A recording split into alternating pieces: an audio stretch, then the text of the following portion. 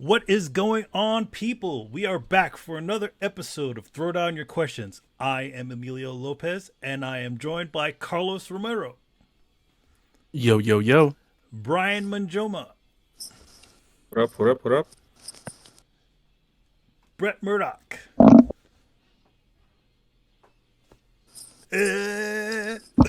What's up, people? I just my capturing is with my. I'm gonna start yelling. What's up, everybody? And Mr. Chris Seeley.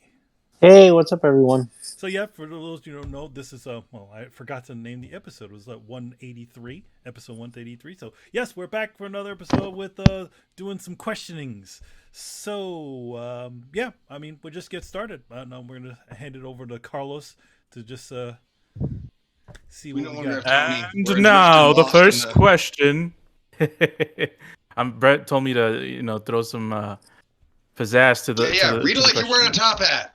I need to make it classy here. But the first question is by Mr. One Subset. Mr. One Subset, what up? He says, "Are the Sonic movies lightning in a bottle?" Lightning in a Have we bottle. gotten this question before? I mean, we sort of got this question before.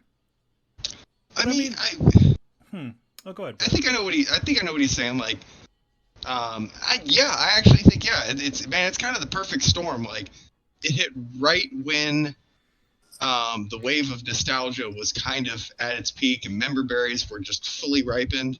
But then it also had this weird thing happen where it like many things looked like it was exploiting a beloved childhood memory, and it did so in the most horrific fashion, with the terrible Sonic.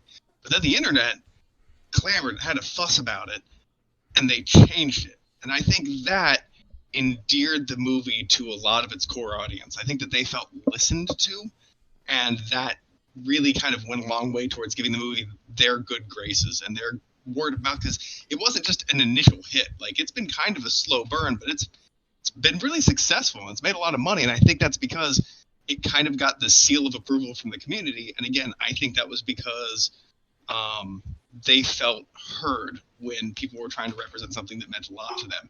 I know it sounds like a weird concept, but turns out being genuine with your fan base kind of pays off every once in a while. Now, that's lightning in a bottle, because I don't know that you can capture that all the time. It's a Coca-Cola Classic situation. It went bad, and then when it went good, everybody was like, "Yeah, cool, I felt heard," and it just went forward. So I think it's a little bit of column A, a little bit of column B, because I mean, back in the day when the comic book movies were at their infancy, they always used to invoke the fans to sort of like help sort of evangelize the thing. And, a lot of times fans' reactions have also sort of semi-affected the things that happen on the screen. So, I mean, to be honest, like in this situation, when it comes to Sonic, who are the people that you're looking to make happy? It's not just rando guy who just might have heard of Sonic on the streets. It's the fans. And to be honest, like, if you get it right, the fans will evangelize the hell out of your product. Right. Well, and here's what I think. Like, the studio audiences will tell you, like, no, this isn't for the Sonic fans, right? Like this, and that's the problem that I think a lot of studios have right now in revamping them. That says these aren't for the original fans. The original fans are grown up. This is, He-Man for a new generation or whatever. And they kind of just spit on their fan base. And I think they forget is, yes, it's a generation later, right? So who do you think is going to see this movie? Yes, there's a little girl going to see this movie, or a little boy, like a little 10-year-old kid or whatever. But they're going to see it because their parents were Sonic fans, and the parents are taking the kids. And that's where the kind of the hop-along comes from. And I think this is displayed a lot in Hollywood, man. Like, even when they do their target audiences, right? They have under 16 as a sort of target audience. And they believe that they have a lot of expendable income. And a lot of times this is true. Some of the biggest money spenders are like teenage girls. That's why everybody fucking promotes to them, right? But in certain instances, that money and that kind of interest is dictated by the parent, right? Like with a teenager, like, yeah, man, like you're not gonna, you're not gonna be able to tell her what kind of makeup to wear, what kind of lipstick to buy, or any of that kind of shit. So like, yeah, I guess you're advertising directly to them in that point. But in this instance, you're advertising to the fan, to the person holding those member berries that's going to take their kid to get into this. Yeah, you might have the random kid who saw it on TV spot and like, oh, cool, it's a fast hedgehog. I'm sure, why not? That looks cool. But for the most part, it's parents sharing this with their kids, or aunts sharing this with their nieces, or whatever. It's people who loved it, pushing it, and sharing it with a new generation, and that kind of passing of the torch, I think, really helped it be successful. And in answer to the original question, I don't know that that's something that you can do every time, but it's something that you can certainly try every time. And while I don't think it will always be this wildly successful, I think it'll be much more well received than the whole "fuck you, this is your childhood thing for somebody else" approach. Yeah, I mean, I feel like at least it does. It seems to have been done right by the fans that already enjoyed the Sonic games, but also gives you something a little bit new, and I feel like that's a good level to be at. So, I mean, I haven't seen the movie myself. I don't have that much interest in it, but I'm happy to know that that at least the fans are at least happy with it. It doesn't reinvent the wheel, but it makes a quality wheel. Mm-hmm. Is the best way I can put it. You go through and you're like, I mean, yeah, there's nothing revolutionary here. The idea of like, oh man, a Sonic character comes into the real world and trouble ensues. Wow, that's so unique. But what they did with it wasn't bad. I haven't seen Detective Pikachu, but I've kind of heard the same thing. That just I think it's just quality made. I can't really put my finger on it. It's not like, oh, the directing's amazing or the acting's amazing or anything like that, but like nothing falls obviously short on it. It's a fun movie that paces itself well. It doesn't overstay its welcome. It does a pretty good job of like, it's got pretty decent writing. So I think that's all it takes, man. Like, I think those member berries give you a boost, and as long as you deliver something that's not hot garbage like a Transformers movie, then the fans will kind of be like, the fans really aren't that hard to please. Just ask them a few questions, do a couple things they say, and they will take your thing out and run it down the streets telling everybody to watch and or buy it. Mm-hmm. So, I don't know, I guess on that note, like, do you guys think that that's a lightning in a bottle thing? Do you think that's a one-off thing, or do you think that that's something that studios could replicate? I feel like this is something studios can replicate because, especially considering just the year that we're coming off, Sonic the Hedgehog 2 was a success. Uncharted was a success, another video game property movie. And what they've showed is if you make an adequate movie, not saying they're good or bad because I haven't seen both of those movies, but I've heard that they're pretty decent. At least word of mouth is, and the reviews aren't that bad.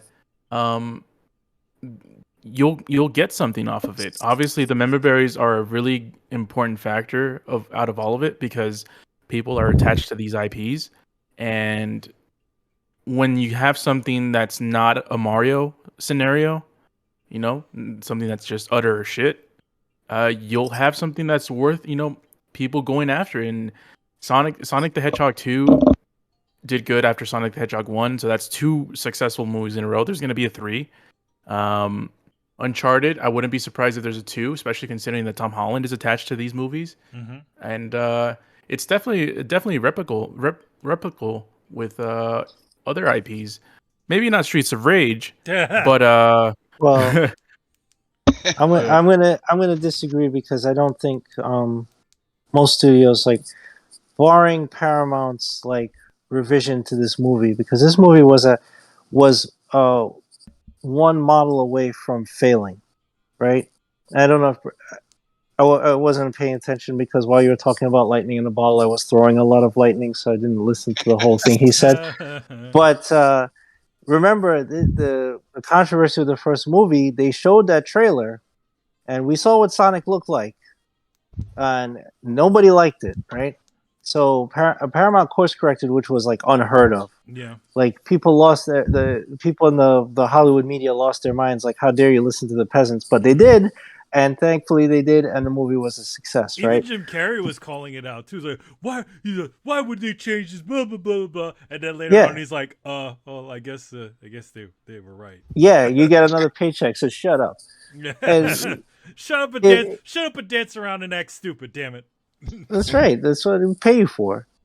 But the idea that so I get where Carlos's optimism is coming from. It's like, hey, if you just do that, if you just give people what they want and don't lecture to them and stick closely, if you're going to adopt source material, stick closely to it. Yes, you could throw in like the family human stuff, which is not in the games at all, and still make it work. Like because studios want to play it safe, it's like, all right, we need kid appeal, so we need a kid in here, and we need one human being in here. And James Marsden, he did that movie with the Easter Bunny, so put him in there, and and just and then everything's fine.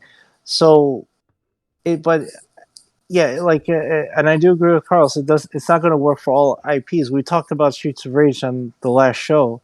And I mentioned it's born out of the 80s. It's born out of 80s action movies and all that stuff. I don't think anyone has the balls to make a movie like that now, barring the Northman, which is like harkening back to like 13th Warrior and all that stuff. Yeah.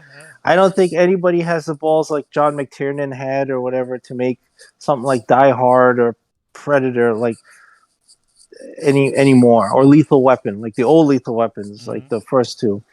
Nobody can do that. Nobody's going to make Cobra, right? And that's what Streets of Rage is like born out of, right? So you were to make a movie about cops going rogue and punching people. I don't know. I don't think they can pull it off. It's probably going to be like the most. They're probably going to make it PG-13, which immediately is going to kill anything that the movie could accomplish. I mean, they're just going to exploit the premise and pay no attention to the people who actually did it. But hey, Chris, since you weren't listening, let me ask you a direct question. With the way that kind of Sonic came out so publicly horrific and then kind of switched gears when the fans, wanted something and kind of changed it back to a more original style, and then everybody loved it. Is this a Coca-Cola classic situation? It's a Coca-Cola classic. So they changed the formula. So yeah, with Coca-Cola, like, they put out the trashy one, and then so by proxy you make what you had look better. You just went back to what. So you're saying had Sonic looking decent already, and then they put out the janky one? No. Like the old Sonic looked kind of what people had an idea of what the old Sonic came out with. They came out with a new one that looked so horrible that kind of got a controversy, which got a lot of news, right? Which got a kind of a lot of word of mouth. And then they switched gears, which made a lot of fans really happy because it made them feel heard. And they ended up kind of evangelizing a movie because they're like, they listened to us. I feel heard. I feel like I've been respected. And yeah, that kind of works, but does it work because they were already such a public failure, or does it work because it's a successful strategy? See what I'm saying? Yeah. Well, I'll say we're in a time where the studios are all about like subverting expectations. That's how you got things like Last Jedi, and you get things like Terminator Dark Fate. Like that, they don't listen to fans, that they purposely want to give fans the finger, right? With things like killing John Connor at the beginning of the movie, or like, oh, here's Luke Skywalker's lightsaber, and he throws it over the fucking waterfall and goes and drinks milk like a old hermit, and he doesn't care about anything. Like that, those things are like a fu to fans. It's like, that's not the Luke Skywalker you remember. Hey, John Connor was the hope of the future. Well, now he's dead. What do you think about that? Well, I don't like it. So it's for Paramount to course correct because of that kind of backlash to the trailers nowadays is unheard of. But do you think the course correcting itself endeared fans to the project? Yes. I mean, it would have failed without it. I think if they had stuck to their guns like other studios have done, and they said, no, this is the Sonic we're going with. Fuck what they think. You're gonna like it. And people would have gone, no, fuck you, I don't like this. This is trash. And then the movie would have failed. And then it's like, we have one more video game movie that's trash in the long list of video game movies that are trash garbage. But they didn't do that. They actually listened. Do you think that people would have received it as well if there were no controversy to begin with? If it had never been up, if it just quietly released? if it okay in the hypothetical that it had released with and Sonic, the current Sonic design is what we got like from the beginning. Like it was like, hey, yeah, I think it would have done as well because people would have been happy like with his appearance and everything. So the anger came from like mostly it's like what the fuck why does he look like that? Why does he have human teeth? Well, he looks creepy as shit. He You know, looks he looks like a scary. nightmare. Yeah, he looks like a meme of Sonic. He doesn't look like the character. And so if they had released Sonic looking like how he is now back then, if they had just released, people would have been like hyped. They were, holy shit, he looks like he should, and they would have been excited. Now it may have sparked more people to go see it afterwards. It may have gotten a bump. Like controversy always builds a bump, right? Like um when the media gets outraged about video games like Manhunt, and they're like, "Oh, murder simulator," people go, "I want the murder simulator," and they go buy it. You know. So yeah, it's like, hey, you just helped it. It's the Streisand effect. So maybe it got a little Streisand effect there by just people going like, this is not Sonic. It's like, wait, what's going on? What is Paramount doing? Oh shit, I'm gonna go watch this. You know, so maybe that happened. I feel like also we don't have as big of a sample size to sort of run off of with video game movies because video game movies obviously for the most part were just trash. Um, and we got adequate ones, and now they're doing good. You know, I don't know. Has there been a video game based movie that was a decent movie that didn't do well in the box office? I don't think there is. So I don't know if we can do. I don't know if we can do the pattern of saying, hey, you know, all you need to do is just make a decent movie off of a good IP and it'll do well. Because you know, if you start doing you know, freaking Mario or some other bullshit, then yeah, of course it's not gonna do well. Even as big of a IP as Mario is. You know, Detective Pikachu, for what I've heard, it was a decent movie. Even Tony said it was decent, and that one did pretty well too.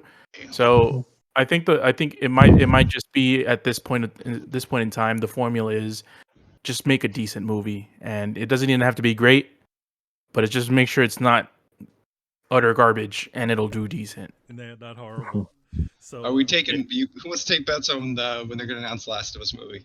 they already got a series. Well, there's a show. Oh, the series, yeah, the HBO show. Pedro Pascal's in it. You know, Mandalorian. Pedro. Pedro. Pedro, why? Oh yeah, let's just go to the next question. So the next question is Sega trying to do too much too soon with their recent announcements? That's the announcements of the movies and all that stuff. The Streets of Rage and the Space Streets Channel of 5. Rage, the reboots, and all that stuff. I mean, are they trying to do too much? I don't know. It just seems like they're trying. I don't think they're trying. Feel like they're trying to do too much. I feel like it just seems like they're kind of gouging a little more. Like they're Mhm. that feels like they're actively trying to get more money. You know what I mean? It's Yeah. kind of like somebody walking around with their hand out. You know, like just like it's obvious what they want. Mm-hmm. Yeah, that's what. Yeah, it doesn't feel like it's too much to me. Maybe there's something else I missed, but just from everything that was announced, I felt like it was, you know, Sega is decent, is, you know, pretty decent sized company to have sort of a sizable amount of announcements, you know, at a given time. So no, I mean, they didn't even do an Atlas announcement or anything like that. So I don't think it's too much too soon. I will say this: whoever greenlit the Streets of Rage movie clearly had too much on their plate. Yeah, Like, that doesn't. Even though it wasn't too much of an announcement, we still don't think it's a good one that they announced the Streets of Rage movie. no, they're not gonna. It's not gonna work. That's. I mean, it has to be a really, really good movie. It's gonna bend my theory of decent movie things, you know, with video games. But I'm 95% sure this movie was inspired by cocaine. it might be. Dude, it'll be awesome. We'll just get two broke cops and be like punch people like fighting, like just like really going to town on people and just be like whole fight movie, man. Nah, man, at least the original. It's funny because that Streets of Rage is based off of Streets of Fire, the the movie, and it's Oh, that's right. That's right. yeah, Streets of Fire, and that's a pure. Now, if they could make a Streets of Rage movie like Streets of Fire, just without the music, you know. Granted, the music was pretty fun. It's like that Paul Steinman music, the guy who wrote "I Need a Hero." "I Need a Hero." I'm a hero. Yeah, that writer wrote all the music for it. And it's the director of the Warriors. There, yeah. So, but yeah, if they could make something fun like that, I could be like, okay. But yeah, I agree with Chris. I don't think they're really capable of doing something like that these days. But so the next. oh yeah, go ahead. So the next question, it's kind of a little bit tied to it. It's a Sega question. Space Channel 5. Maybe I'm reading it wrong. So it says Space Channel 5 be a better choice over Crazy Taxi or Jet Set Radio?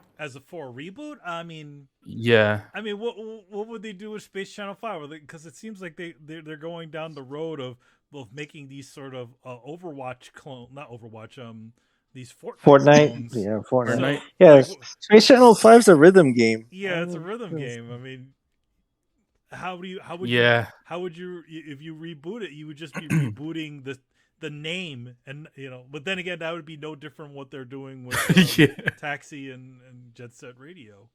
Yeah, the only reason reason putting them in wait, aren't they just putting them in Fortnite or something? No, well, they're doing Fortnite-esque kind of reboots. Yeah, they're going. Oh Fortnite god, that's reboots. even worse. No, yeah, we were saying like last time we were saying like, okay, if you want to do Jet Set Radio and Fortnite, then why wouldn't you just put the stupid skins in there? If you just wanted to do that, but they want their own. You don't have to develop as much. You can get a good paycheck royalty. Yeah, Epic does all the design for you. You just need to comment on it, and you get people like me and Kari Randolph to do plug. Plug. I'm gonna double down on my Pet Cemetery comment from last week. Jesus. Sometimes dead is better. Sometimes dead is better.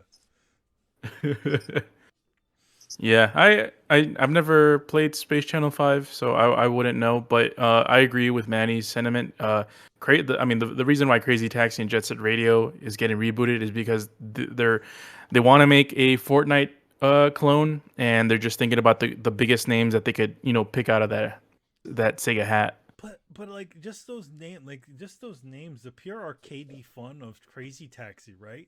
Like it's almost like. It's almost like hard to make just a simple game like that these days.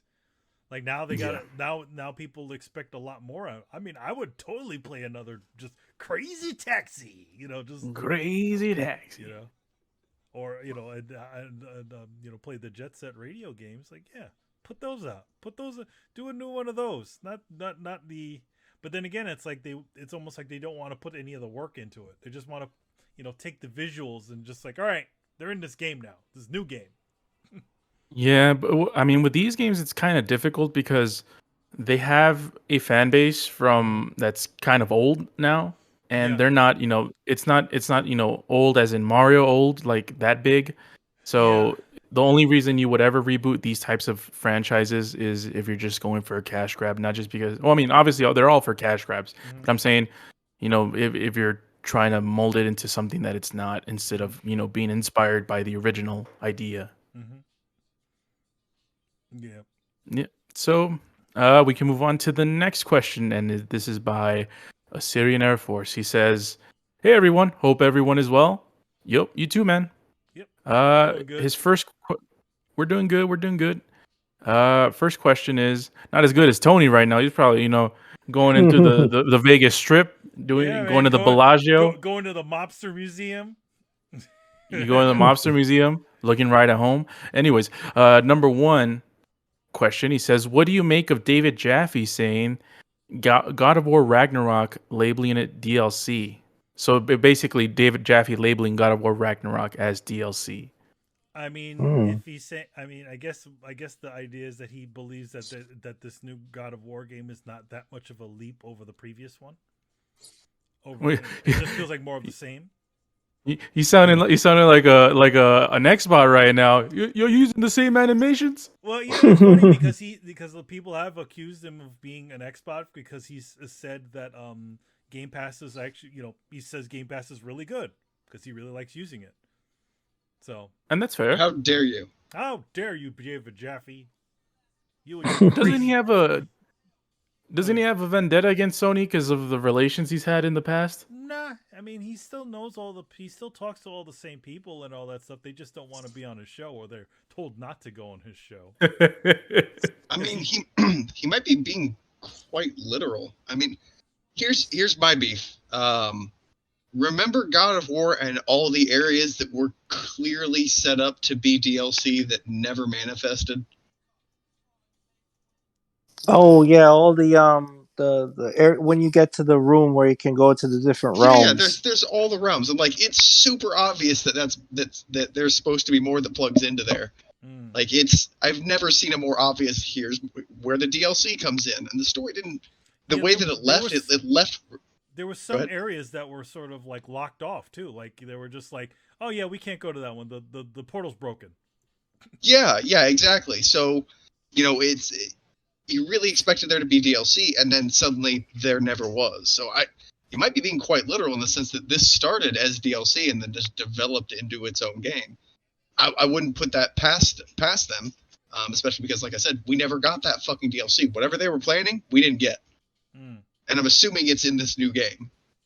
Yeah, well, I mean, I think for most of these titles, I mean, Horizon, Breath of the Wild 2, I'm pretty sure all of these games, they're pretty much, the foundation is already set, and they're just being built upon on the same foundation that the previous game is, and just doing a different experience.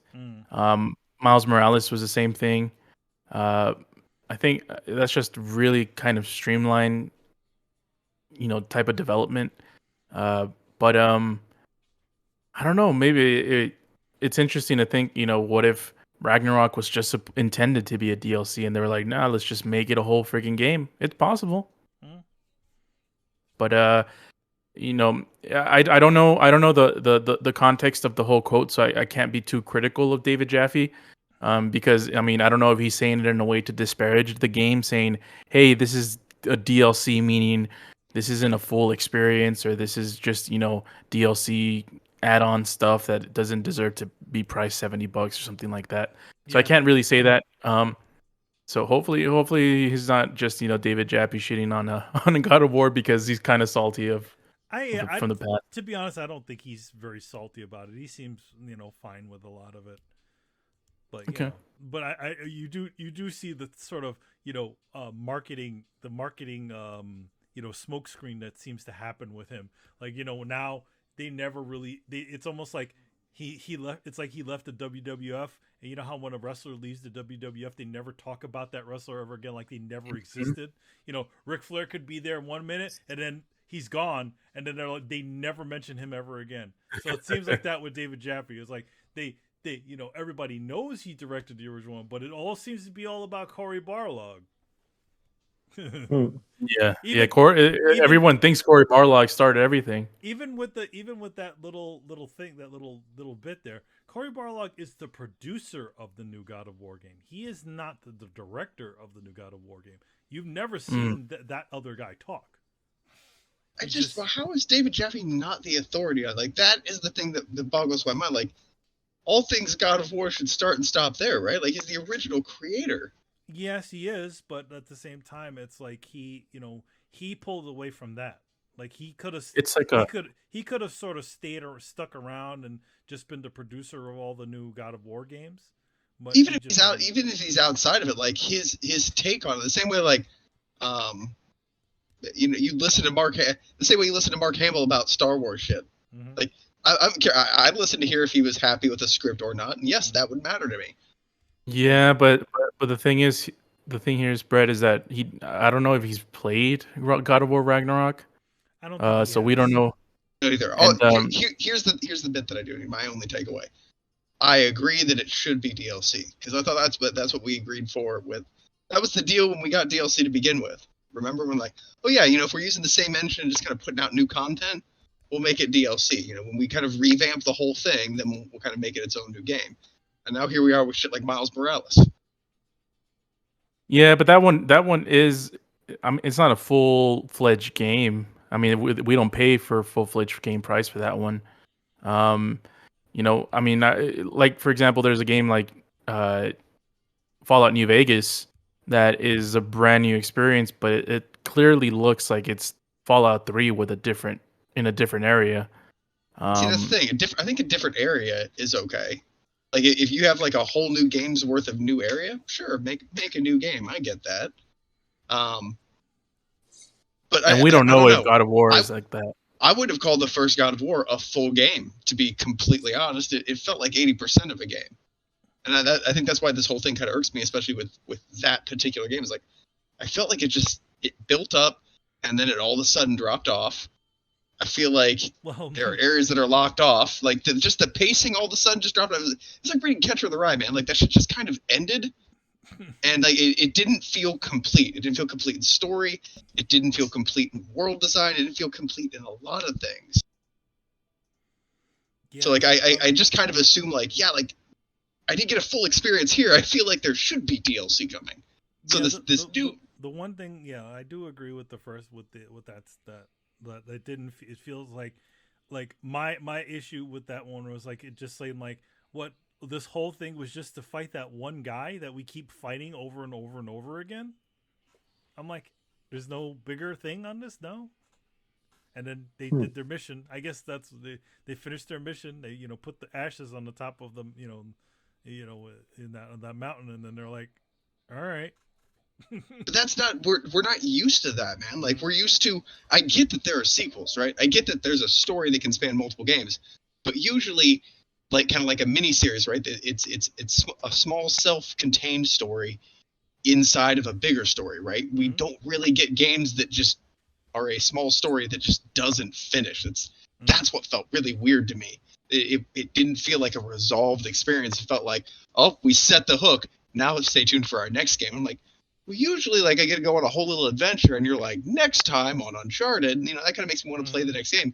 Usually, don't just be like soap opera cliffhanger shit, man. Like, Jesus. Yep. Just for the record, Brian hates this game too, so you can't call us ponies anymore, guys. I'm not, I mean, I enjoyed the game, but I wouldn't say it was one of those cornerstone games for me. I'm not actually going to be. I have no interest in playing Ragnarok. Okay, hold on. I don't hate the game. I just think that it's the worst God of War game I've played. Which, again, that could be interpreted however you feel. Worse than Ascension. He didn't play it. I have played. Oh, you have? Okay. I haven't played Ascension because it looked crap. Okay. So yeah. The worst one I played, and two, I just don't think that it's the best game of the generation that lots of people say it is. I think that's incredibly overblown.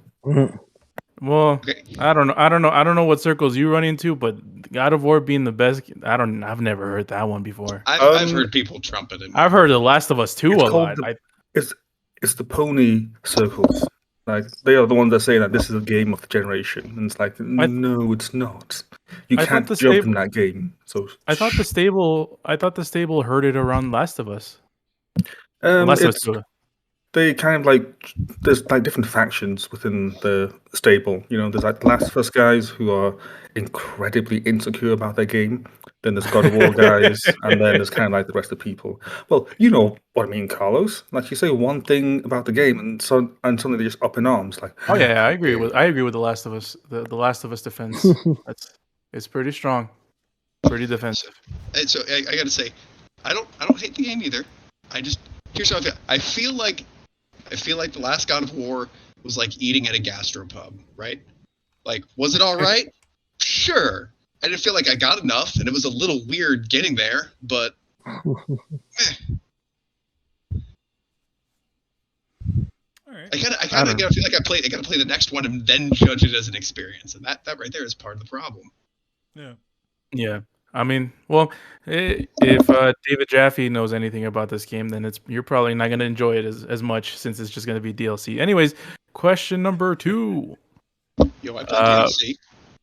with the chip shortages still happening currently, who has it benefited more? PlayStation 5 or Xbox Series S or X or S and X? And I think this is an easy answer. It's the S, right? Yeah, it's the Xbox Series consoles. I think it's benefited the most. Yeah, because Really? they essentially have a lower tier console that they can put out.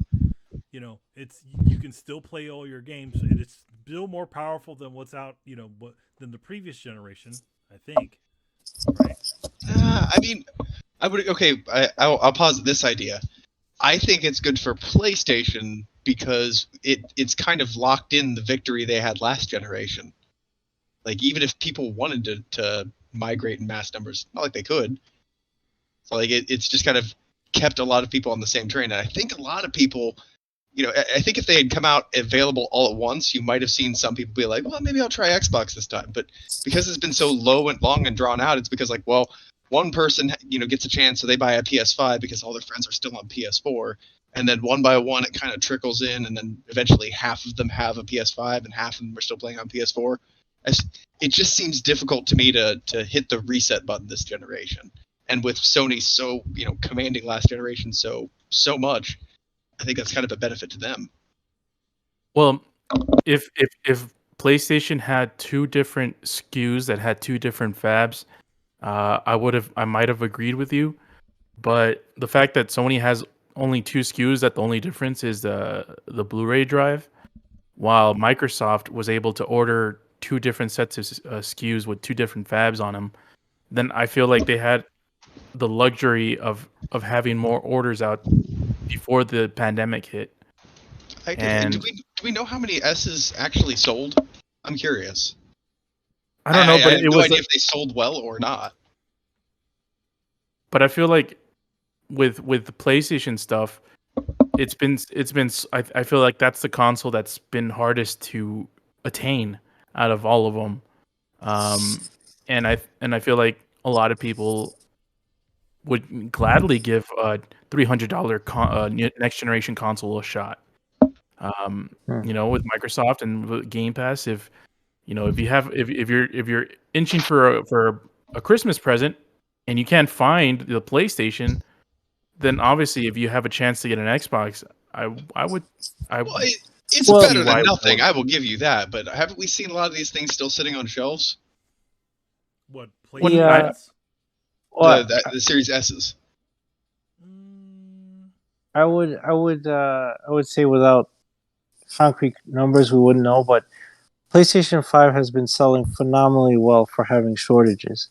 And if you look at business models like Nintendo, scarcity drives sales, right? They have tapped into that, but now the shortages are real. They're not manufactured, right? They're not artificial. But scarcity does drive sales. So I think while it benefits both of them, with PS5 suffering the most from the shortages, it actually does help them more.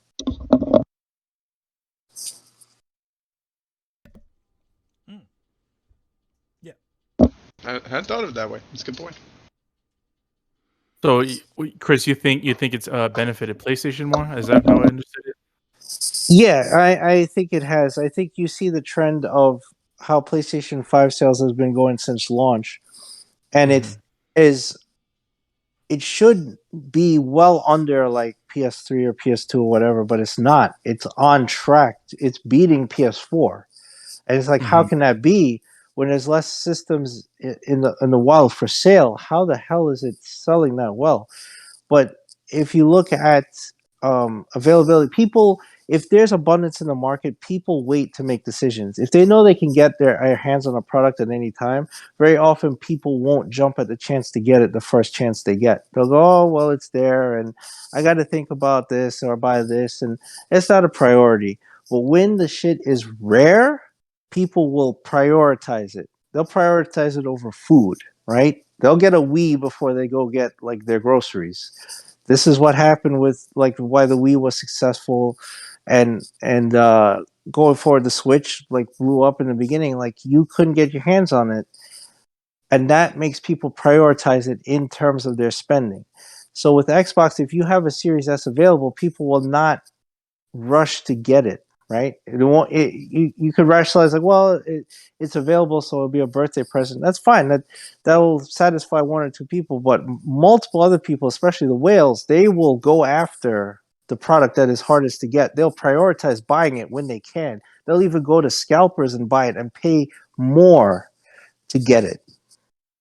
But I feel like the Xbox also went through shortages as well. It wasn't just PlayStation. But you said they didn't have as many shortages as PlayStation. You said with two fabs they had more availability. Yeah, That creates more abundance sold in the out market. but they still sold out. The Series S sold out. You can't get it anywhere because I've Well, seen them. initially throughout throughout the I think first the year. Series X, that's true. The Series X, that's true. So it's helped that.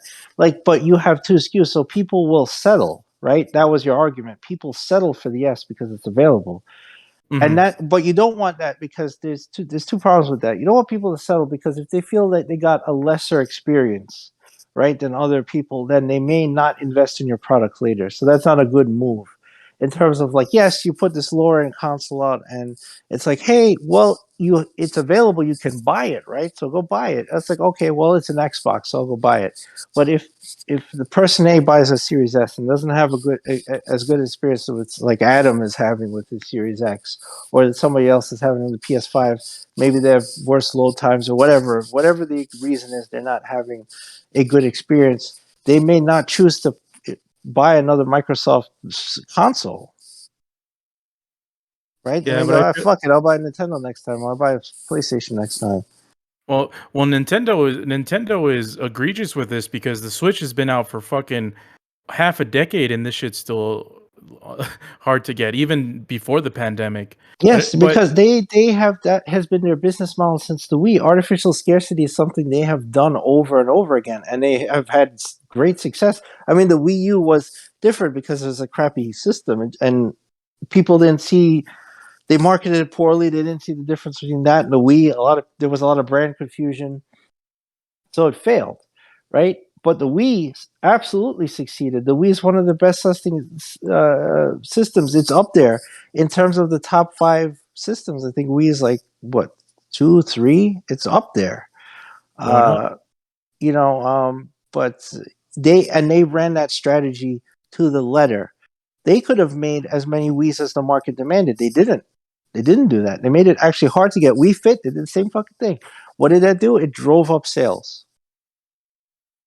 I don't know. I'm still a little bit thinking that it helped more Microsoft, just considering the fact that the ratio of, and I don't remember what the exact figures are now, but there's more.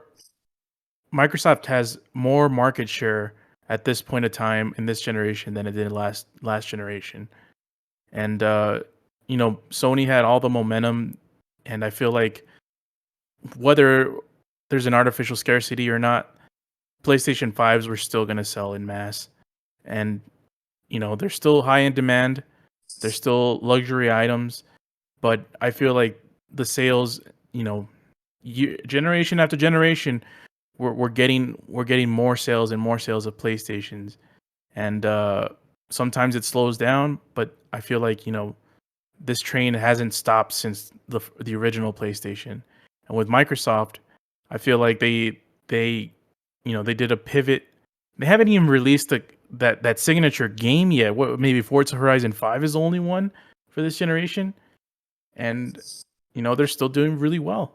But who knows? I guess we would need more numbers and figures to do an absolute decision on this. But I would say that, but even if we were sitting here and we had figures and numbers, we can't. How do we correlate that to chip shortages? Right? I always say, well, Microsoft's blown up. It could be like, as Adam would say, Uncle Phil's strategies worked, right? Buying 20 studios and doing all that stuff. That's why its sales are better. He's just managing the whole Xbox team better. You could attribute it to a lot of things. It's like Sony's censorship is hurting them, therefore people go to Microsoft. You could make a lot of arguments. Well, I wouldn't go with the last two arguments. The 20 studios, no one knows other than the nerds. It's like the whole Phil bought the 20 studios. That's a talking point for next spot. No. It's not the 22, but they made major sales. I mean, buying Bethesda was not a small deal, like ZeniMax. Mm-hmm. Those are big acquisitions. That makes business news, right? That's not small potatoes, right? So, but I see what you're saying. Like normies don't care if they buy the studio that made We Happy Few or whatever. Nobody's going to care about that. But when you make major acquisitions, like they bought ZeniMax, it's a huge deal. That makes business news. That's on CNBC. Then normies see it, right?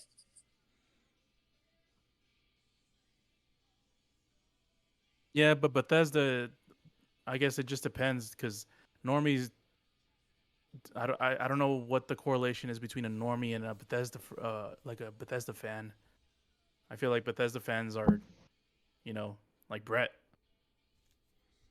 Sorry, I had a business call. I have no idea what the topic is right now. I heard Bethesda and I heard. We're still I on heard the Normies. Microsoft. We're still on the Microsoft chip shortage one, yeah. The chip shortage question. Yeah. Brett, short story shorter. You're not a normie. You're a Bethesda fan. I am, yeah, but I think Skyrim managed to really. It was successful because it managed to captivate the normies. I mean, there are people that go from game to game on this, but I can't tell you how many. I can. I want to say it was three girlfriends that didn't play video games who eventually played video games, and they actually started on Skyrim. It's the perfect game trainer. I wonder what the common denominator is in all those. Well, no, actually, because I watched it happen, and it was fucking fascinating. So what happens is they put them in this world, and because it's not really a fast-paced game, they're like, I can wander around, look at trees, pick flowers, talk to people. Nothing's really stressing me out, and I can go around in third person, so I'm not real disoriented. And so they kind of get that under their feet, and then you see them they'll go up to a bookshelf, and they'll kind of click into first person, so they can look at the shit on the bookshelf, and then click back out of it. And you start to see those little clicks into first person going longer and longer and longer until because everybody steals. That's the weirdly common thing is everybody just immediately has no moral compass and steals everything that's not bolted down. So you go to work and come back and start noticing a week later that they pop into the room, go into first person, steal everything, then pop back out to third person, leave. Come back a week later, you notice they're just staying in first person, sniping motherfuckers with bows from across the range, and they no longer get disoriented or sick from first person mode, which is the biggest complaint for new gamers. Next thing you know, they're able to play first person games, and they start playing them. It's actually a really cool phenomenon. I don't have a name for it, but I've watched it happen several times, and I think it's just because people are really first person really throws a lot of people off. It disorients the fuck out of them. It can kind of make them motion sick. It's stressful. They they have time limitations constantly bearing down on them. They don't know the buttons. It's a big disorienting, stressful thing for them. And if you kind of break it down, they tend to really like it. And I think that's, it's not just the people that you kind of coerce into playing Skyrim. It kind of, people like that gravitate towards Skyrim. And it becomes like a self-fulfilling prophecy. Everyone's like, well, I hear everybody's talking about the Skyrim game, so I guess I'll give it a shot. They tried. It's wildly accessible. We just went in a totally different direction on that question. Hey, we got time to fill, don't we? Yeah, we do. But we can go to the next question because it's an interesting one. And Chris let me know of this, or let us know of this in the chat. And Assyrian Air Force asked, with reports that Ubisoft is up for sale, which IP would you like PlayStation and Xbox to acquire if they sold IPs individually? I guess we can break this two parts since we haven't talked about this, but Ubisoft. There's rumors Ubisoft might be looking for a new home, and there's not that many places that can shelter a studio like Ubisoft, which is a multi-billion-dollar corporation. Mm-hmm. It's obviously the usual suspects like Microsoft, Sony, Dear or God, God forbid Tencent, yes. Mm-hmm. But yeah, some of the factors. Well, I'm just reading this thing from Kotaku, or just a tweet from Nibel. He says no Guillemot left to take over, which was like the CEO or the former, I guess the former CEO was.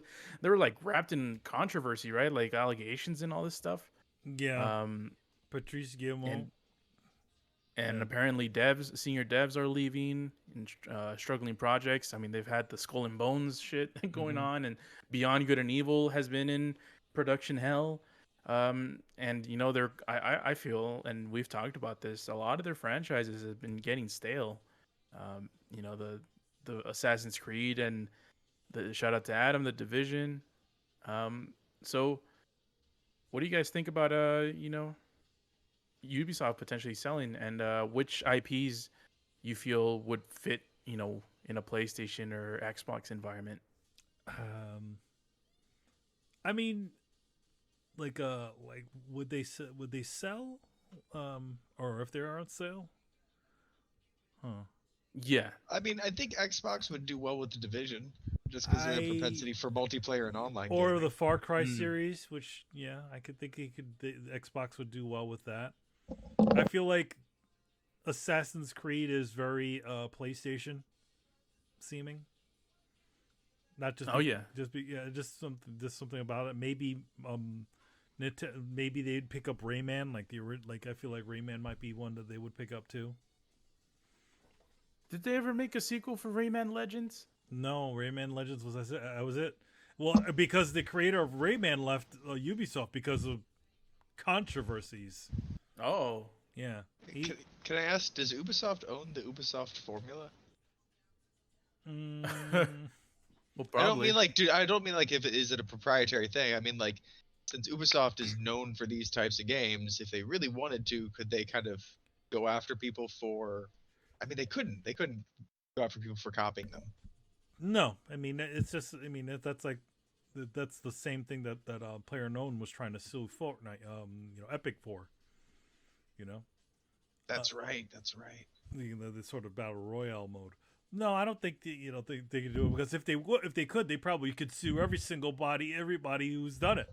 Like, everybody talks about the Assassin's Creed thing where you go up to the thing and you open up more of the map. I mean, how many games do that? Even Sony does that. Yeah, but I mean, while that's true, you could actually probably put together a pretty compelling case with like you could put together a lot of Exhibit A through Exhibit, Triple Z kind of thing. You could show a lot about how similar they are.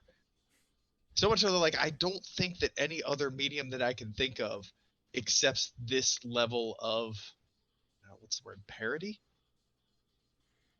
Cloning? Sameness? Yeah. If you saw two movies that you could identify shot for shot 25 times in the movie where they were almost identical, you'd be like, okay, come on, right? Well, I mean, that was That used to be Blockbuster season during the summer, where there would be two meteor movies. There'd be two disaster movies. movies. Right. Yeah. Transmorphers. Yeah, there'd be there'd be the real one, and then there'd be the Roger Corman knockoff. Like, so these sorts of ideas aren't exactly new. Somebody finds out, usually the movie industry finds out there's another, volcano movie out in the, named Dante's Peak.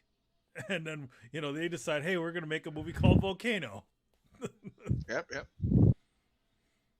So, first time I realized that was when they came out with the Shaq movie and then the Sinbad Shazam movie, because that shit happened. No, it didn't.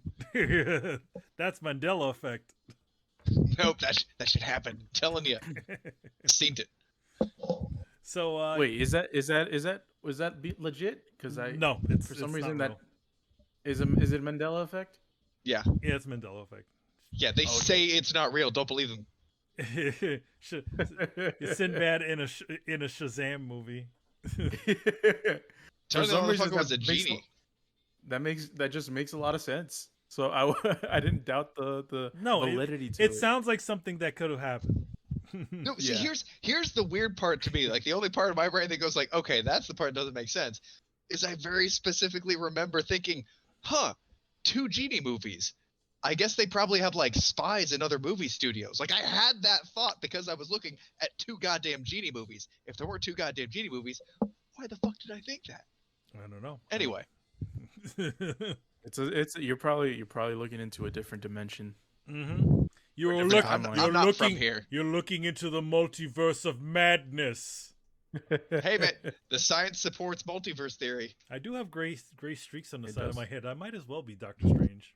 Oh, there you go, Oh. Doctor Strange. But yeah, I it's sad because I used to be a big fan of Ubisoft and a lot of their games, especially Assassin's Creed and Far Cry. But man, just the stuff that they've been doing, it hasn't really if thinking about Bethesda going somewhere is exciting because they just got so many IPs and the Bethesda mainline games are so like great. Even Activision, just thinking about Call of Duty and and all of that. But when it comes to Ubisoft, I'm like, man, if I was Sony, if I was Microsoft, would I want Ubisoft? Dude, I'm there with you. There's stuff that they can kind of sparse out on them. They have a lot of IPs that they don't even hit anymore. So Sure. Yeah, but you'd have to like reboot them. Like even the successful ones, like Assassin's Creed, you just have to completely fucking reboot that shit. well, they made Assassin's Creed into a situation where it doesn't matter what the sequels are. They're just sort of. Oh god, well they need to back up off of that. They are going down the wrong road because they were fucked 2 games ago. The best Assassin's Creed game I've played in the last decade was Ghost of Tsushima. Well, that's the one that everybody wanted them to do. They wanted them to do a samurai Assassin's Creed game, but they're like, nah, we ain't doing that. Yeah, no, because again, you have to tell your customers what they think instead of listening to them. I've honestly heard, I saw that on a Reddit post. Somebody's going off about Elden Ring, and one of the things that they said was, you can't just go and let people go free. Right, like you can't give people the choices just to do whatever you want because you're gonna have neurodivergent players who are gonna do things that you don't expect them to do, and then things very quickly go off the rails. And I'm like, did you actually just fucking say, I don't trust my players to make their own decisions? Because they're in black and white. That part of that is a lot of game developers afraid to have things missed in their games. Where I think all the hours that they put into developing this one specific thing, they want to put a giant signpost on it pointing into it. Hey, there's something here. I think it's derivative. I think it's a CalArts thing. Do you want to explain to these guys the whole CalArts style? Well, CalArts style is a derivative, the derogatory term for the popular style. So back in the 80s, it used to be the Disney style, which was drawing like any of the Disney films. Nowadays, what it is the sort of Gravity Falls / Adventure Time type of indie style where everybody has the banana mouth. Well, and that came from, and correct me if I'm wrong, the whole CalArts style happened from people who enjoyed cartoons going and emulating people who enjoyed cartoons before that. And so it kind of went from like Looney Tunes and kind of distilled downward in a weird game of telephone where people were brought up with a kind of cartoon art style that they liked. And then they put that through their own filter instead of kind of blending in real life. Instead of really focusing on life art, they kind of focused on the style, and it became derivative. Like I said, the derogatory term changes depending on the era. Like I said, back in the day, it used to be CalArts style was considered Walt Disney Studio style, which is like Glen Keane and all that sort of stuff. And then later on, when the newer shows started coming out by the younger people that have gone through it, and they're sort of inspired by anime and all kinds of other things, cartoony things and stuff like that, stuff that's on TV, then that became the sort of look of what you would see from people there. But I don't really believe in any of that sort of stuff. I just think it's just a product of the times and how people have sort of grown up. It's like, how we all grow up with GI Joe stuff. We sort of do GI Joe style stuff, more realistic sort of things. But I think each era has its own, studio style, right? Well, but the one thing is that it always takes somebody to sort of to be like, hey, wait a minute, this is not working, or maybe, hey, wait a minute, like it happened in gaming. Gaming is the fact that a lot of people in our age range didn't like the fact that how old games used to be so damn hard, so they made continues irrelevant. They made having lives irrelevant. You instantly start back to where you were. There's no consequences. That's all the leftover from us, from people that were frustrated with the generation before. Yeah, but now you have people and Elden Ring and the Souls games are tripped backwards, where essentially we have a whole generation of people who've grown up with these games that are just sort of like these sort of passive experiences. Like light sort of, they have challenge, but they're not too challenging. Now you have a bunch of people who are like, wait a minute. And then obviously the people who remember those days, they're like, hey, wait a minute. Where is the challenge in games? Well, I think it's that, but I also think it's just that they kind of took it back to fundamentals, right? And I think that's the opposite problem of what Ubisoft is doing, right? Like, you have these people who have just been taught over and over and over again, like, this is how it's done. This is how it's done. Why? Well, because the people before us did it that way as well. It's you kind of see the same thing in like a lot of movies, like samurai movies. Samurai movies stop being good samurai movies when they're inspired by samurai movies. They're good samurai movies when they're inspired by the things that inspired samurai movies, right? Yeah, where we kind of saw some of this with Book of Boba. There's sort of been like a replica of a replica and a replica, and then at each iteration it starts to become watered down and it loses its freshness. And I think that's the problem. Like, now we have people who are bosses of other people whose entire developing career they've been told you can't let a player have a choice. And so now, because the reason I say this is because this sort of weird visceral lashing out reaction is something that I see when you tell somebody everything that you've built your foundation of knowledge on is a lie, right? And I don't know about you, Manny. It happened in the tattoo industry several fucking times. Well, no, when I started. I think the one thing about it is that, like, at least with art and all that sort of stuff tends to fall into that sort of situation when you start to make artwork into schooling, or create the creative process into schooling. It becomes it becomes a solid fundamental, as opposed to whereas there is in reality there is no specific answer to all of these sorts of things. You know what I mean? Like, I always say this: there's no right way to do art, and I think, and even in gaming, there are accepted ways of doing it, but eventually, just like in the movie industry, you constantly roll over and keep doing the same thing, and everybody starts to get sick of it. And I feel like that I think is sort of what led to people being more open to the sort of Souls-like places, where, in other words, they're allowing you as a player to just play through a game and not put a giant signpost on everything that's there, and letting the game be difficult, and let the value of accomplishment help you, fuel you. Well, they also, because I've watched some making of videos, and it's very interesting. They kind of subscribe to the process of they're not going to pin you down. They're going to let you kind of create your own experience. So instead of, hey, there's a marker over there, they kind of leave that to you to be like, hey, I wonder what's over there. Because there are no markers, it makes me like, well, I wonder what's over here, which encourages the exploration. So they kind of went back to it and said, like, okay, we don't do exploration for exploration's sake in video games. Exploration used to be fun. Like, even as kids, you trace through the woods, you just find shit. Like, it's a human thing that for some reason has been bred out of gaming. Let's not do that. Let's let people explore. So they kind of actually took it back down to fundamentals and said, like, what do we want the user experience to be, and that's where kind of a lot of this game is born from. And I think that's a backwards process from what a lot of people do these days.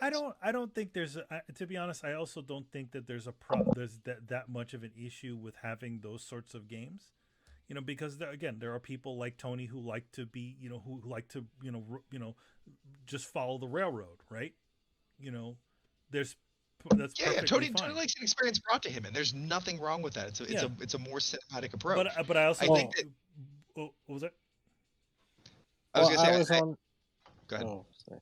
I was only going to say, I mean, you're talking about that Twitter thread from that developer, right? Yes. Yeah, I missed part of it because Olivia was crying. The problem I have is, if something else works, it's not your place to go complain about it. Like, I have a problem with professionals going and ranting that they think that Elden Ring is bad game design or flies in the face of some like doctrine that's been handed down to game development. Like, it must be done this way, and the guy in the tattered bloody clothes is the bad guy, and the guy in the gold armor should be the good guy, and that's the way it should be. It's like, what? No, it's like, that's the way you do it, that's fine. But if they do it the other way and it's successful, then who the fuck are you to say it shouldn't be successful? But I also find it very interesting where it's usually when it comes to Japanese developers or developers from another country, where they're heavily critical over these things. Nowhere do you hear how you'll always see, like, you'll hear a lot of Japanese developers trying to sort of reinvent the wheel, and then you'll hear a lot of Western developers be incredibly critical and harsh on these things. And I feel like it's not only just because it's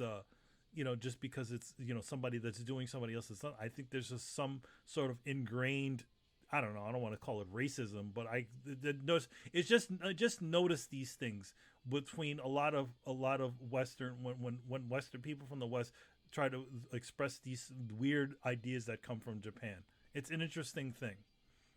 Well, but the game is successful globally. It's not just a success in Japan. No, but I'm saying, like, local phenomenon. When it comes to Japanese developers doing these sorts of weird, like, ideas, like, well, this thing is not done the way, because it's weird how, like, formula, like, people, again, like, I feel like it also happens from going to school and sort of getting taught these things that this is the right way to do it, when it really, Westerns also get really upset when you challenge their ideas. I'm not sure why. Again, like, okay, tattoo story time. I noticed a lot of this in the tattoo industry. The cool thing about the tattoo industry is it has been super rapidly evolving since I got into it, early 2000s. Around the time the shows started coming on, everything kind of upticked, right? The tools that we use, the techniques that we use, the things that you go back 50 years and people would not believe that the things we do today are even possible, because there were limitations. And as you creep up on these limitations, you become able to exceed them, right? So when I started, like, you had to lay in your darkest color first and then work to your lighter colors, because if you didn't, you would stain your tattoo. Well, turns out that was fucking wrong, just plain wrong. You can work middle out. You can open the skin and then brush in darker colors to get a softer blend. You can actually make it better by not going dark to light. And, like, trying to get people to understand that, like, they would be like, I worked in the tattoo industry for blah, blah. People get genuinely upset. And I think it's kind of, like an Xbox, PlayStation, like, they subscribe to these ideas and they identify with them. And if you challenge them, they flip the fuck out. And I can only help but think that these people are kind of like, well, I'm a developer and you've challenged the ideas of what I think is successful. I don't understand that. That makes me angry. And I think it might just be as visceral as that. And I don't know, maybe Westerners are more likely to kind of lash out like that when they feel threatened. That would kind of make sense to me. It's a weird thing. And, like, yeah, you think of yourself, like, why can't you just leave well enough alone? Why do you have to prove that this is something that doesn't work? It's obviously something that does seem to work, and there seems to be a lot of companies that are trying to essentially capture that lightning in the bottle. I mean, God of War, what is that trying to be? That's not trying to be Assassin's Creed. That game is trying to be friggin' Souls. Light. So I don't know. It's an interesting it's an interesting situation where yeah. And I think should move on to the next question because we still got plenty of more left. We got lots of questions here, son. Let's do this. Man, we got them thrown down. Lightning round. Boom. Number 4, with Halo Infinite releasing a half-game product and Cyberpunk 2077 releasing a broken game, where's the love from Sony who delayed a game to finish it called Horizon Forbidden West? I mean, it's a kind of a sad situation where Horizon came out, people loved it, the Forbidden West, and then it just. Oh well, yeah. You got Elden Ring to thank for that. That was a. And we're back to Elden Ring again. Yeah, and it's I mean, I understand where the question's coming from because you release, we're getting a barrage of all these messy, buggy, incomplete games, and the Guerrilla releases a really good quality game that's that has a lot of thought put into it. And it works, but no one's talking about it because the game of the fucking decade came out like a month after. So yeah, I do see the sentiment in the question. But and I'm gonna tell you this. Add something. Oh, go ahead. That kind of bugs me about the question is that it kind of forgets a game that was released a couple of years ago called Days Gone. So how come Sony didn't play that game? Because it was rough when it came out, but this question just seems to avoid that as a thing. So I find that to be quite funny. Brian never forgets. Exactly. I was about to say the same thing. I don't forget these things. These things, they happen. I'll spit it out. And yes, I'm still waiting for Wild. Yeah. I'll be surprised if people even remember Wild. But Brian does, because Brian was excited. I mean, giant snake ladies. Only two people remember, Brian and Pepperidge Farm. So yeah, so I got to say, at least on my part, I'm just going to throw this out there. Horizon's not that complex of a game. It seems to me that the buggier games seem to be ones that have intricate interlinked systems that seem to be very complex. Horizon isn't that. For an open world game, it's very linear and very limiting, even with its power sets, like how you use them, how you interact with the environment. It's not super intricate. So I would say I think that if the game were more of an open world RPG with all these interactive elements and all the NPCs lived their own life and went through their routines and all had adaptive AI, sure. Then if it came out bug free, we'd all be fucking impressed. But this is really kind of a by the numbers. It's got a very pretty coat of paint, but it's not super complex, right? Am I the only one that feels that way? I mean, but then you would have to say that about how. Then you would have to wonder how did the guys who made Days Gone get it wrong? I don't know, because they're literally clue. making almost the same exact game, except the main character drives a motorcycle and there's hordes of zombies. I think that the hordes of zombies thing, they were I think that's what fucked them up. It's like, let's see how many zombies we can put on screen and try and build around that, and I don't know. That's kind of my problem with some of the open world games. Like, being a Bethesda fan, I am so sick of not being able to interact with anything in a building, or like there's the one thing I can do and the rest is just window dressing, and that's fine, it's cool, but let's call it what it is. This is a cinematic linear game set in an open world. The only difference is they're like, look, here's a map they basically took all the levels that they ran you through in a normal video game and jammed them together on a map and let you walk between them. That's what a lot of them are. Like, you'll find that there's like a lot of spaces, that are not really thought of. Like, you'll find spaces that are just, okay, it looks nice, but there's nothing to do here or whatever.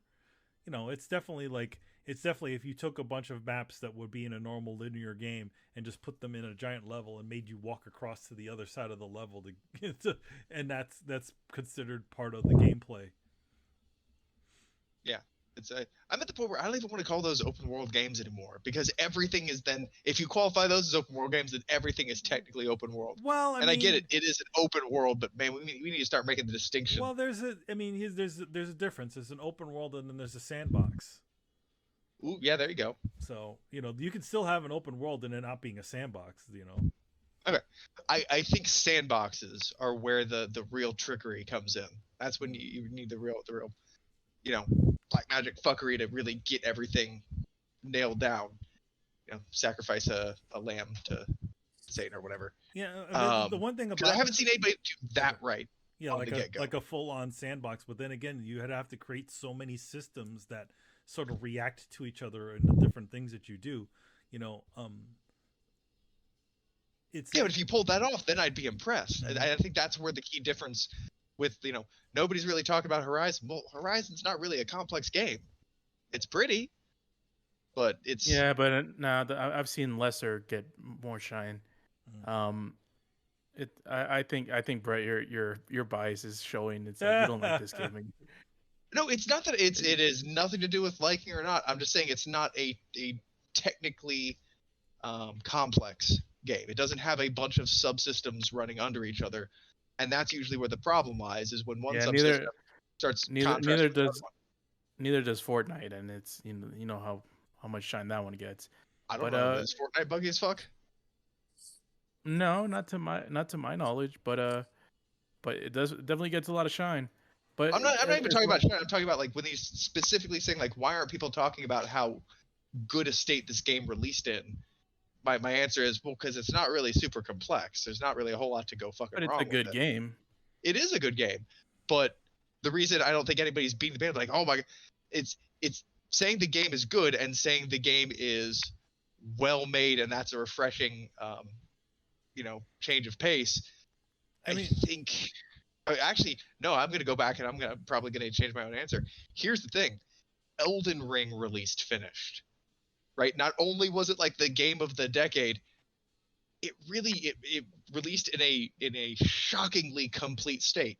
I heard a ton of people being like, "This game is actually like done." Like they were so floored with that I think that then you look at Horizon comes out, like, look, I'm complete too. I'm fully baked, and everyone's like, "Yeah, cool, right on." Yeah, and that's really the answer. Elden Ring just took over everything. It's still in the conversation right now. The memes are still going on. The legends are still strong all year because there's DLC for this. People are picking apart the game and they're like figuring out where the DLC is going to take place and what is in it. So yeah, this is going to take over the conversation for the whole year. The game doesn't even go into a dormant state before the hype starts again. It's kind of fucking great. I love it. It's a super unimaginable hype. Game releases, hype drops a little bit, then immediately spikes back up for an unannounced DLC. And also, the question mentioned Halo Infinite. Halo Infinite, no one's talking about Halo Infinite other than the fact that it's incomplete. People are talking about that trash Halo show. People have been talking about Halo Infinite, just not good things. Yeah, so I wouldn't put it in the same category as even like Cyberpunk, because Cyberpunk, as buggy as it came out, this thing is selling like crazy still. So the sad thing about Halo is that there didn't even need to be another game that came out in order for it to just slip underneath the rug. Like it didn't even need to have an Elden Ring didn't need to drop next to it. Just blew away, which is unfortunate. Yeah. Here's my thing about Halo. That shit shouldn't be a mess to begin with. It's the same thing as fucking Horizon, man. It's not a complicated game. It's pretty fucking straightforward. Why are we having problems here? Well, why is the multiplayer not out? We all know what Halo multiplayer is. Just fucking make it, release it with the game. There is one huge problem, Brett, and it's one word. Oh no, it's one phrase. 343.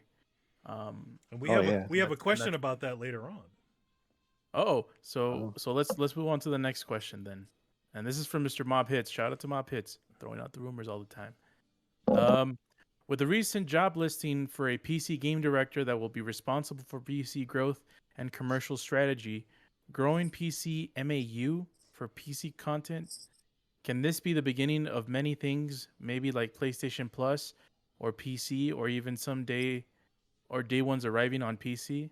Although this sounds good for PC base, how do you guys think the console base and especially the hardcore PlayStation fans will take to this if this indeed becomes true?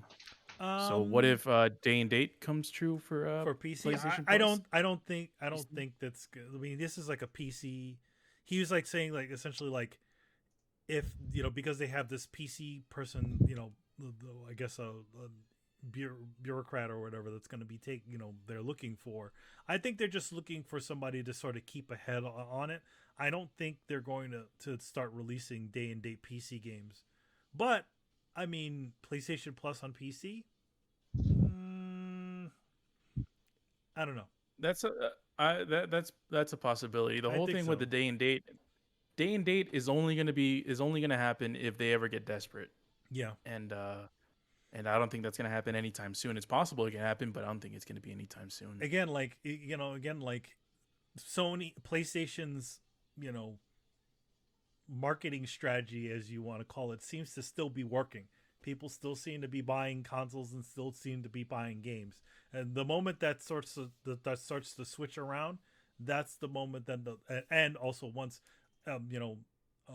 Microsoft starts making true gangbusters off of their subscription service, we shall see. Question. Yeah. So Yes. even if they hire someone new, I mean, PlayStation games release generally a year after they're released on, they release on PC a year or so after they're released on console. That's not because it takes a year or supply shortages. They don't. That's policy. No, that's policy. Like they can totally, granted, yes, it does give them time to, to essentially polish the PC version, but at the same time, yeah, if they really wanted to, they could totally put out the PC version and the PlayStation version at the same time, but they don't. We talked about this before, but they don't want to water down their main camp, Exactly. Okay, so why would this new person change that policy? I think he's just saying, well, is this the sign that the policy is going to change? I don't think it is. And that's what I'm saying. Like the changing of the guard does not change. They're two separate things. Like Sony has, I guess this was a long way to say, Sony has a policy of holding games back for a year to increase console sales. A new job or a new director is not going to change the orders that come down from on high that lay that law. The one thing that would be interesting though, granted, like Sony had its own division which developed MMOs, but what if it wasn't a PlayStation specific title, but it was a MMO type of idea? Like in other words, like they resurrect EverQuest. I mean that'd be cool. Like I think that they used to have that kind of thing, and I would love to see that. I would love to see Sony start a PC division, but here's the thing: why wouldn't they tie that back into their console division? Why wouldn't they tie it back to the console division? But then you'd be back in the same boat again, right? Yeah, then you're back to square one. Exactly. So you just kind of, I think it's just kind of a loop, and the only way to break it is to just stay out of it and kind of continue with the way that they already treat it. So I think we're not going to see any difference. Yeah, I agree. And Sony is in their status quo, and they're going to remain on the status quo until they get desperate. Next question by Mob Hits is Hold on. Brian, you got to do Carlos instead of the Tony. Brian, can we get you a gong? You can just like ring the gong and then like wait, the Brian speaks. Again, you guys all bring up really good points, but I guess my counter argument to everything that has been said is literally one word: money. For the PC thing, I can agree. The day and date, I'm not too sure. My thought is, again, day and date will be a thing for some time. Sorry, will not be a thing for some time. But until some guy in a suit, again, I've said this before, and I'll say it again, all it takes is some guy in a suit to say, yes, that's a good number, but the money is not, or the number is higher if you do it day and date. But see, they have this firm belief that it's going to cost them money if they do a day and date, and they don't actually have to have any data to back that up. I don't think they can have data to back that up. It's like saying prove you're innocent kind of thing. So I think it's just a philosophy that no, that's going to devalue our brand, and I don't think that they can measure that. And I think that's the problem. I don't think they'll ever be able to point to and say this is going to be the better financial decision, because the response will be, yeah, it's going to damage our brand though. Then again, I'm not saying that they'll just be discussing the topic with logic. I think someone will just say like, yeah, but then more money if you do it day and date, since more people. And that will be like the path that someone will say in a meeting at some point in time in the future. And then that will start the conversation. They'll probably test it with like one game, and then they'll say, oh, this is more than we thought. I And then feel like that's that's when the the kind of thing that, floodgates. I feel like that's the kind of thing that happens when the CEO's son takes over. As I said, it'll be something like in a suit, maybe end of next generation or start of the generation afterwards. Not, I have no idea when, but I am certain that at some point it'll be a thing. No, I agree. I agree, Brian. I think it'll be a changing of the guard thing, though. I think it'll be a young suit. Because I think just the I see idea that. that we need to value this brand and that's going to be tarnished by PC, I think that's going to need to age out of the boardroom. Yeah. And I also, think we're Brett, all tarnished. to answer, nice. Brett, to answer your question, yes, it is the second biggest seller on Steam at the moment, or third, I Yeah. guess, depending on how you look at it. 18 What is million in total. What is Cyberpunk? Yep. It's still selling. I Wow. know. Again, as someone who's played it and thinks it's definitely not complete, I'm surprised. I'm like, this is weird.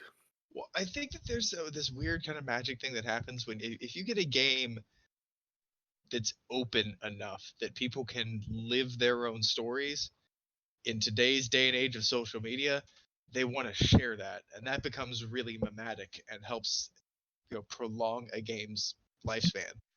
I don't think anybody's designed a game really around. Well, maybe that's how Elden Ring was designed, but I don't think many people have designed a game around the idea that you can do your own thing. Don't you want to tell people about it? I mean, we have a share button, and like nobody really utilizes it. Nobody like, cool, I can share the exact same experience I just had with somebody else. That makes it more difficult. But then you have a game like Cyberpunk where you're like, hey, check out the character I made, check out the build that I made, check out how I approach this level. I think that's more content generating. Or you could be a New York Times reporter and try to film this TV with your phone. You do it. That's how professionals do it. Hey, it was an iPhone, all right? That makes it professional. Okay, I think we can go to the next question. Number 2, he says, Mob Hit says, almost 6 months from the last time we've heard from the next installment of God of War and still no release date.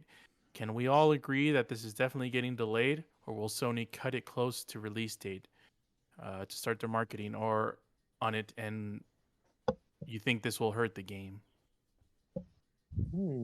I don't think it'll hurt the game. I do think this is not going to come out this year. I'm with, I think a couple of other panelists think that it's not going to come out this Yeah, year. I think it's going to come out spring next year. Yeah. Probably March or April. That's usually when God of War comes out anyway. I think Tony said that. So, yeah, I don't think it's going to come out this year. I don't know what the holiday game is for Sony. It's not Ragnarok. And Mob Hits, like you said, they haven't announced the release date, so therefore it cannot be delayed technically, Yes. or unless they said 2022, which I don't know if they did. I don't think they did. Because last I remember, they just said that it's delayed until like further notice, or because again, I could be wrong here because again, I don't follow the news on the date of this one because I don't care that much. Oh, sorry. I thought with the trailer where you saw Fat Thor, they had 2022 on the end of it. But then it was delayed, right? Well, then it was delayed after that, yeah. But they did put a year on it. So yeah, initially, initially, but that's all out the window. Yeah, I don't think it's gonna come out this year. Oh, go ahead, Brian. I'm mostly the same. Like, I really don't think it's coming out this year. Again, just purely based on Sony's pattern in that they tend to release a game or release content for a game like a year before to build up the hype, and then it comes out. So with lack of anything so far, I mean, we've gotten one trailer so far, and I think that's it. So you can do a lot more. So yeah.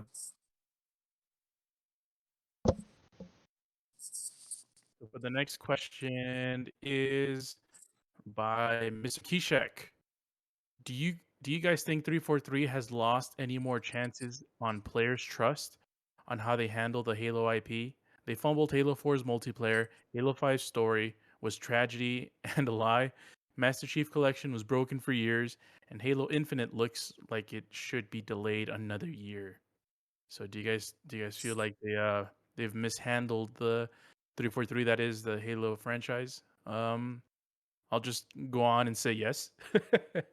Here's the thing that I agree. Yeah. Yes, but also look at what Bungie did and ask yourself, would they have done any better? Yeah, but I mean, it's not much to ask to, dirt. Oh, I do agree with that. I mean, obviously the standard was set high by Bungie, who are the original creators, and did a successful franchise after that with Destiny. But the fact that it has been as bad as it's been, I feel is something that I mean, there's a correlation between Gears of War and Halo that they deviated. They both games that were started by different studios, Bungie and Epic, that were handed over to the new built-in from the start on a Microsoft team just to make these specific games. And the Gears have been, they haven't been as good as the original ones, but at least they've been okay. And I feel like the Halo ones have been less than okay, especially the Master Chief Collection, Halo Infinite. I don't know, it's just that's just an incomplete game, incomplete experience. And Halo 5 wasn't good. Halo 4 was okay. Yeah, they haven't made three cracks at it. They haven't made an experience that is even great or even really really good. So yeah, for as big as this franchise is, they've definitely not even been close to meeting any type of expectations that should have had being assigned the Halo franchise. They could have at least maintained it until we got bored of it, but no, they tanked it. Yeah, they could have, and but Halo Infinite was a hot topic for a month or so when it came out, and it's dwindling away. But we'll see we'll see we'll see if online multiplayer brings anything up. Not for me, Chris. Manny, how about you? Is anybody roboting from Oh, I was you're hearing muted. roboting, but it sounds better now. Manny, you're muted to us. I said I heard some roboting with Brian and you, but it's the roboting has gone away. Okay. oh, okay. I thought it was just We're- me. We're back at roboting has Cybertron. ceased. Yeah, I thought it was just. We all thought it was just us. Is it just me? Is it just me? By the way, we got the final question of the night. Oh, really? It's by Oh, Shagzilla. we made it. We've made it. I ended up getting the modded Vita and been playing around with some old PS1 games like Dino Crisis, and the old tank controls are pretty rough. But is it definitely a reskin of Resident Evil? But it is a definitely reskin of Resident Evil. Are there any games from the PS1 that would hold up today? I was thinking about replaying Alundra or Wild Arms. Any recommendations for PSP? Yeah, so essentially any Final Fantasy PS1 games. Tactics. Final Fantasy Tactics. It is. You're gonna find a lot of RPGs that kind of stuck to the kind of cartoony style side of things hold up really well. So like Final Fantasy VII, the original one, like that shit looks rough because it's polygons. But Yeah. Final Fantasy Tactics, that was probably the best iteration of Final Fantasy Tactics I've ever played, because when they moved into the Game Boy Advance, they really started to wall you in. This is the one where pretty much you can have permadeath on your characters, and they're kind of branching stories, and you can cross class and make really interesting builds. It pretty much just says, go, fuck it, do whatever. The Game Boy ones really, like I said, they started to really wall you in. So holds up and is the best iteration of the series. I'm curious, Manny. Would you say that Metal Gear Solid holds up since it's a top down? I think it holds up. I think for a PSP it still works out. It's interesting because like I don't know, I think it definitely does hold up. I mean, it does suffer from some things that are from that generation, where nobody's mouths move. But if you're willing to deal with that sort of stuff, a lot of the cinematics are very well directed. The way the game communicates information is very well done. So, I mean, I would definitely suggest that. And I have a question for Chris. Chris, do you think Symphony and Night holds up?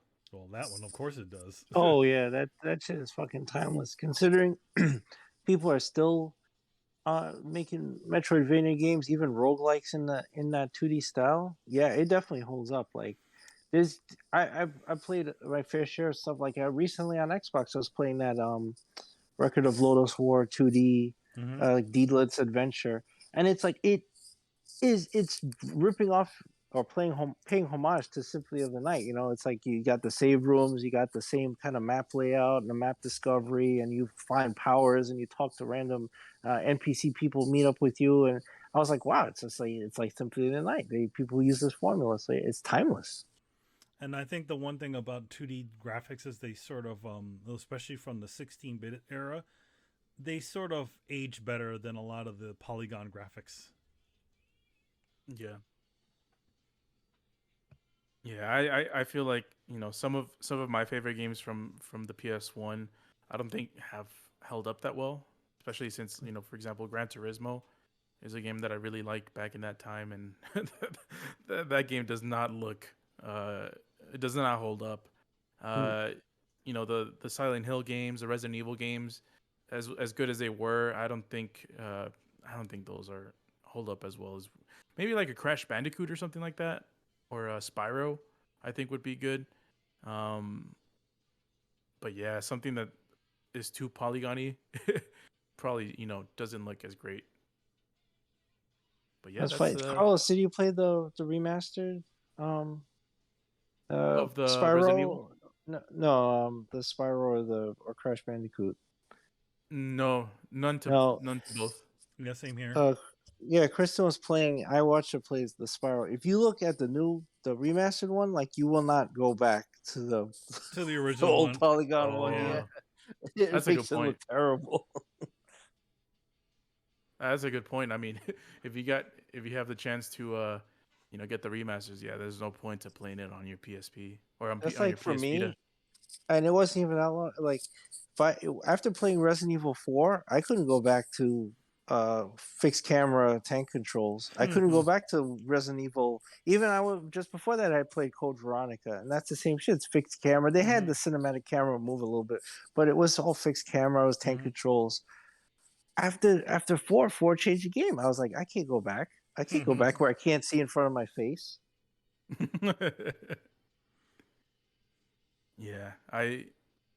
That's as far as I would go with recommendations. Anyone else have any PlayStation 1 recommendations of they still hold up today? I mean, Brett already said Final Fantasy, right?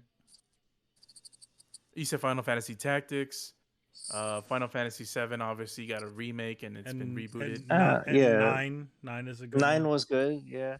Legend of Dragoon, that was a good game.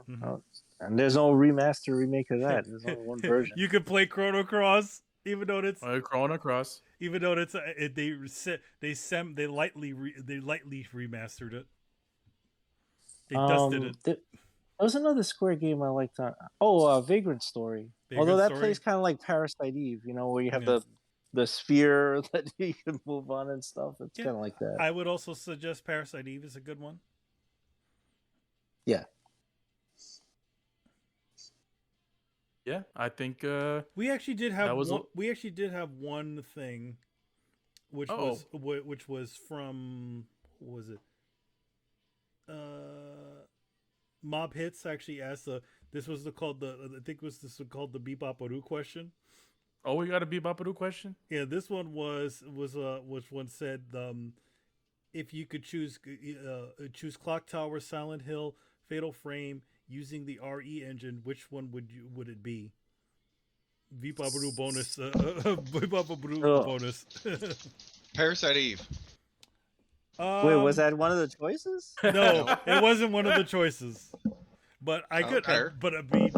I would actually choose Parasite Eve with the RE engine.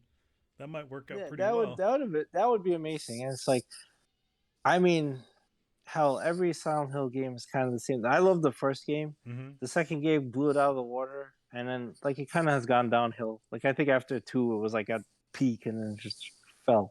Yeah. But I don't have any Clock Tower experience. I never played any of the Clock Tower games. Or and I played one of the Fatal Frame games. I don't remember which one. And then there's Eternal Darkness, which is the bottom one.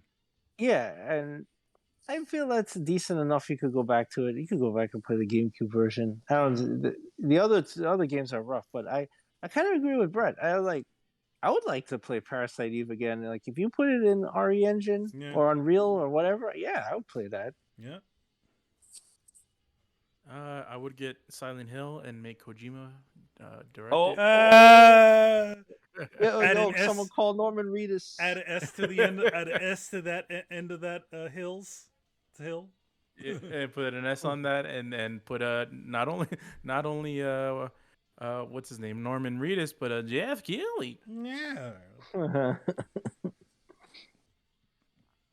apparently he is working on something, because he keeps posting pictures of himself directing mocap sessions, and somebody spotted a PlayStation 5 dev kit singing in the background. So interesting.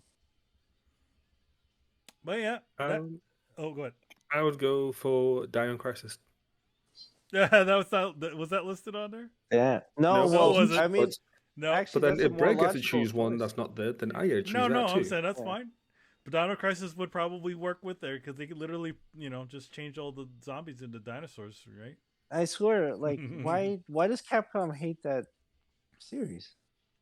I don't know. Maybe there was somebody who worked on that title that they want to DL sort of pretend doesn't exist anymore. I feel like that third game gets treated like the Super Mario Brothers movie. It's like, we can't ever touch this again. It's like cursed. It's like, no. If you just go back to the old story, it's fine. Yeah, you don't need to go space. Don't put him in space. That's where everything goes to die. Like, don't put it in space. Yep. So yeah, I think that is all it. We're done with questions. Yeah. So I mean, what is it? Tony's outro. Make sure to check out our YouTube, our Twitch, our Twitter, not SoundCloud, Audio Boom. We have our podcast on all the podcasting streams. You got Spotify, you got Apple Podcasts, all those. Just check out Throwdown Show, and actually it's just at Throwdown Show for everything else. Twitch, Twitter, YouTube. Make sure to check us out. Join our Discord, where if you want to leave a question for next week's show, you can join a Discord. Go to the Throwdown Your Questions tab of the Discord and leave us a question there for next week, and we'll make sure to answer it. Yes. And also you'll be always hit with the rumors from Mr. Mob Hits. So shout out to Mob Hits. Shout out to Mob Hits. So yeah, Tony will be back for the next show. He can regale us with his stories in the magical land of Las Vegas. He can tell us that he's now become fully Dominican by buying a fedora. Good stuff. So all right, thanks a lot for joining us. I was joined by Carlos Romero. Peace out. Chris Seeley. Hey, take care, everyone. Brian Manjoma. What is an RPG? A miserable pile No? of secrets. Okay, I'll tell you after the show. And Brett Murdoch. I believe it's a type of missile launcher. All right, guys. See you later. Deuces. Peace.